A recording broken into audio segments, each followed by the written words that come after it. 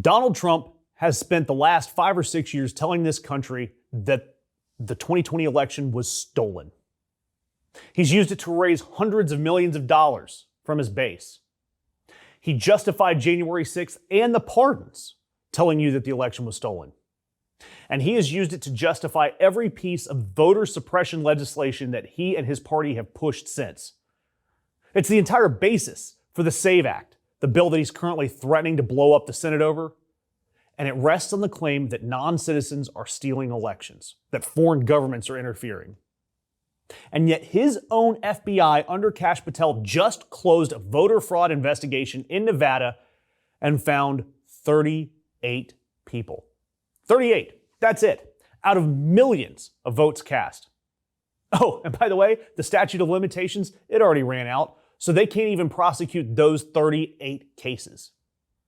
The big lie, it just ate itself in federal court. And the backstory here is almost more damning than the result here. Sigal Chattah, Nevada's Trump-appointed interim U.S. attorney, ordered the FBI to open a voter fraud case for the 2020 election back in July. And she told senior Justice Department officials that this probe could help Republicans flip a congressional seat and help her go after Democratic state attorneys general who had prosecuted the Republican fake electors. One of those fake electors she personally represented as a private defense attorney before getting her appointment to the U.S. Attorney's Office. She also served as a chairwoman of the Nevada Republican Party. She ran for state attorney general against a Democrat and lost. She was the executive director of the South Dakota Republican Party. And she handed the FBI a thumb drive compiled by the Republican Party that she said would prove that non-citizens voted and that tribal communities were being paid cash for their ballots. The FBI reviewed all of this. They reviewed Nevada voter roll data against the DHS's citizenship data. And they found 38 possible non-citizen entries. Not even confirmed voters, just possible matches. And the FBI told Chattah's office that the statute of limitations to bring any case had already expired. So the case, it was closed in late January. And the media picked up on it this week. Trump, meanwhile, has replaced Chattah at the Nevada U.S. Attorney's Office with a Las Vegas attorney named George Kalisis, who represented another Nevada fake elector in his private practice. We have been covering all of Trump's big lie since he started it. And we're going to continue to do that through November and beyond. So hit the subscribe button, hit that notification bell. That way you are kept up to date every single time the administration tries to bring another case. And every single time one of their cases collapses.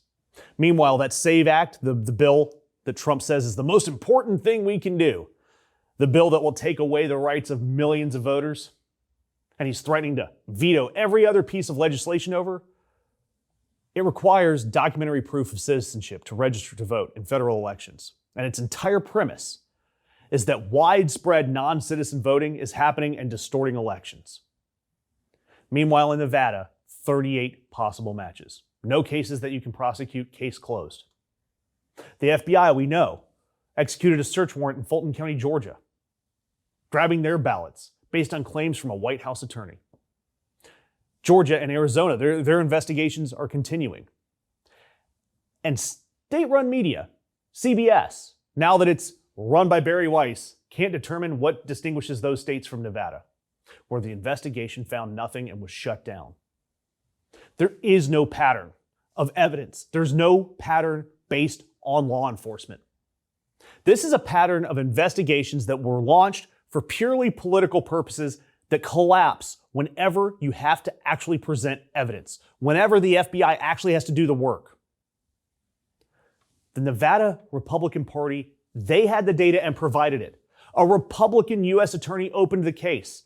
The Trump-run FBI ran the numbers. And all they found were 38 possible cases out of millions of votes.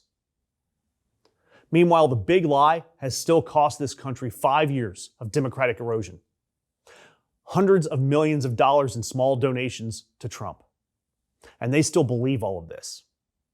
And meanwhile, we have a war on democracy and voting that is still active and still being fought in our Senate.